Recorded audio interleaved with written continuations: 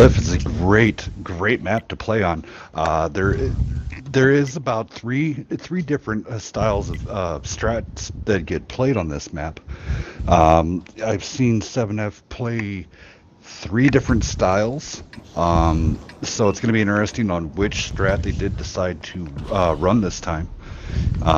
So Yaga's run it a few times where they just punch it right down that 1-2 line with their heavies, and then they typically would send a heavy and the mediums up to right around to catch the curve, but it looks like they're going to be doing the boost to jump the middle with those E50s. 7F doing the typical punch that they do, going up and starting out their game at the F6 line. So let's see how they do this, Weez. Yep, I like seeing them rolling as one big pack here. EK Gaming's going for the lighthouse. Yaga is sitting there cautiously at the corner there in the 1-2 line with it's going to be interesting Kaiser to see when they decide to do that punch through, and once they realize it's just the Bulldog there keeping them at bay. I would figure it's going to be when they get the E50. When the E50s realize, because right here, E50 should be getting proxies within reason here. Kaiser's just staying there passively. He's not going to fire a shot while he's all by himself, but he's going to make sure they're still lit, so his entire team knows what they're doing. Yeah. I mean, did you notice if the E50s got detected before they bailed out to join up with the heavies? No. They did not get detected. So... But EK is going to be the scout on the other side now with that batch 8 AP. So he's going to go far out and see if the team is sitting at D2. Well, they've found the Kaiser saw the E50s come into the middle here, so they know where all 7 Yaga tanks are. So yeah, you figure EK is going to go out there and get set up to start making cross shots. He's going to go out wide, sit out, and just be able to get... He should be able to put rounds right into the STI against the STI and the WZ. Yep. A little bit of cat pressure getting put on.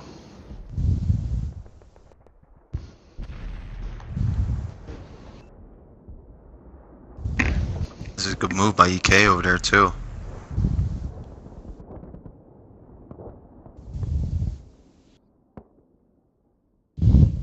Yeah, because actually Kaiser's going to be able to take shots on their sides. Yeah, now. Well, they didn't know how many guys were over there, so that's pretty much the reason why they were staying back. Yaga's falling off the hill. They're going to push on EK. The entire 7F team is coming. I feel that's not that's a lot of commitments. I mean, now you gave them high road, all the territory to be shot down on. So let's see how they're going to play this. They're losing a lot of health in a hurry here. Yeah. And they've already lost their tier 7. Look at virality. Anti takes out EK. That mountain. That's awesome. Yeah, virality's right up on top. Yeah, he's going to be long shotting any of them guys that are down low, especially that E50. They can't get out of that spot that they're in anymore. Zone can't get out of the spot he's in. He's stuck there.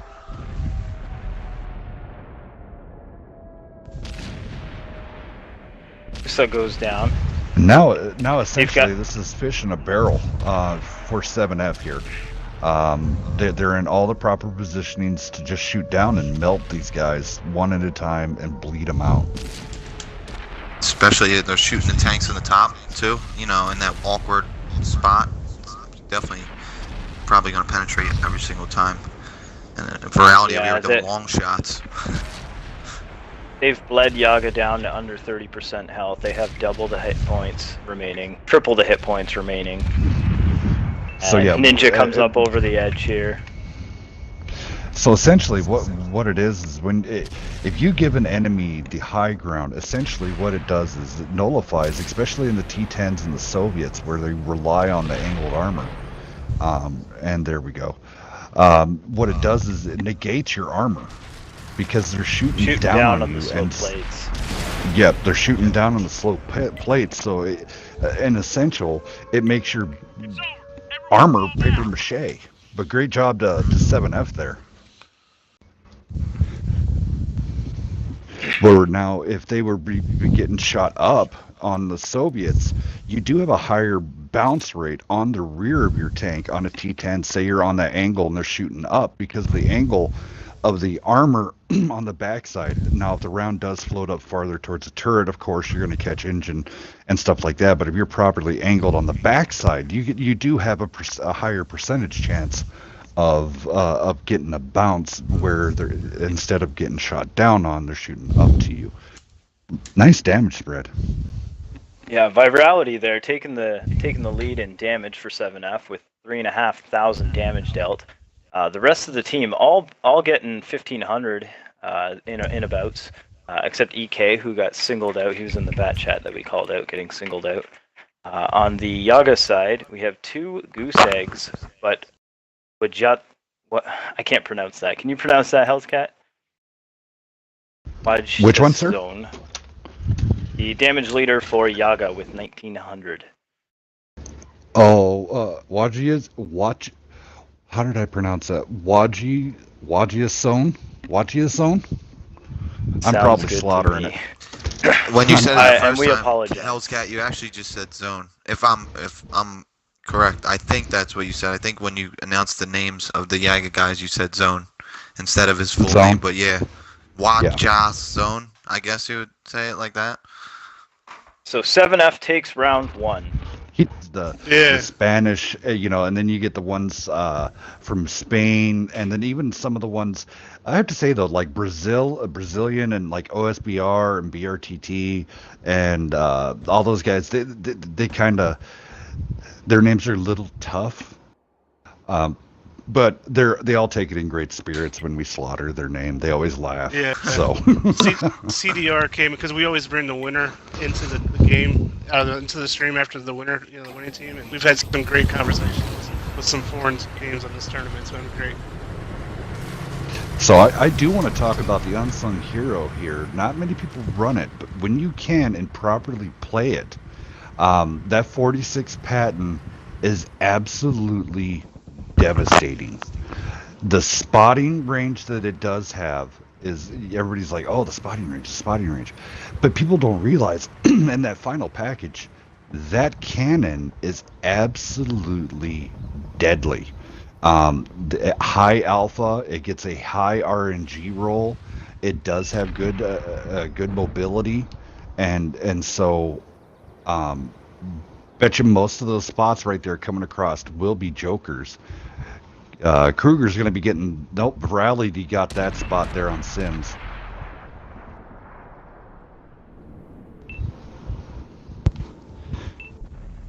All right, so now this would be prime opportune time here for Masters and Zone to move forward, because yet again they're playing trap, getting spotted. Get that STI up into that E3 area. Utilize your turret with a hold down. Start helping out your teammates, because Hazar and Oso is gonna get melted.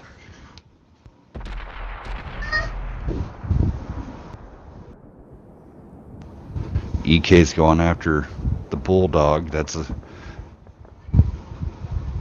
Oh, and Kaiser in the Bulldog has gone all the way up to B1. He's in a big difference spotting position that's not really spotting anything at the moment. All right, Santi goes down. EK got that. See, Zone should have got up in that spot just a little bit faster, but now the Bulldog is dumping their clip. There you go. Get around. Yep, there you go. Oh, he's hitting shots from back there. Yeah, he's pinned almost all but 2. Oh, he's way up there. Should I be see on a now. Yeah. All right, so Wow. now you're in perfect zone here. There you go. Nice focus fire into jokers. Alley getting ready to go down. T10s are focusing out Alley. That's some Cross nice shots focus from fire the right STI and the Conqueror, but EK Gaming's is coming in Yep. EK's Behind. reloaded, so he's gonna count out Zone. Zone's gonna get clipped. Nope, he's going after STI. Smart But as move. Zone is going turned, after he the got STI. hit again from behind. So did Master. Kaiser's coming in with the Bulldog. Between the two of them, they'll take out both of those tanks. EK's on a reload, and Kaiser gets a big hit taken to him with an ammo rack, but he manages to take out Zone and scurry away. And while that's going on, the rest of Yaga had fallen. So either way, Two spread. it was, yeah. It was an awesome play. EK in his batch at AP able to go out there and play around quite a bit. And 26-47, great job. Ali did get, kind of was not able to get into positions and everything.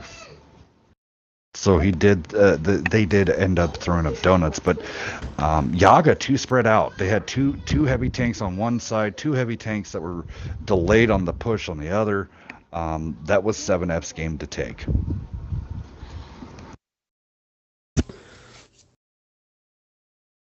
So we're going into round 3 of the semifinals match between 7F versus Yaga. It is 7F's map choice and spawn choice. They've chosen Westfield, right side of the training room spawn. I don't think we've seen this one too much either. Oh, that puts 7F in the blue and Yaga in the red.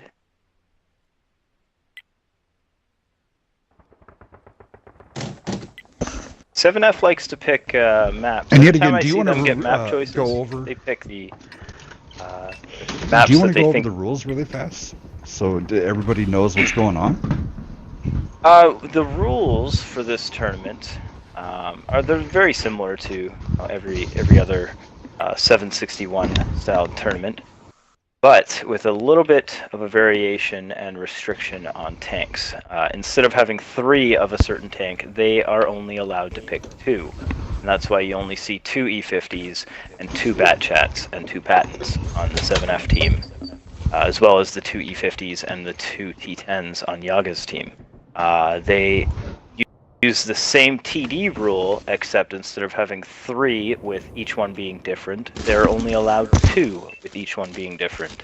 Aside from that, Ninja would know the rules a little more thoroughly than I would, but aside from that, they're generally the same rules that any other 761 tournament would use. Correct? Yeah, basically everything else is just hitting warnings. So if one team pulls out three of the same tanks, they get 1 verbal warning, and then based on that, another warning, and then after that, it's basically a win for the other team if they violate one of the rules. And Ali and moderated EK shot here is are just pushing in catching. on the Bulldog. Santi. So trying to Santi run on here, the scurry run. into the building. Oh, big shot. So how many rounds did these teams play? Is it best of 5?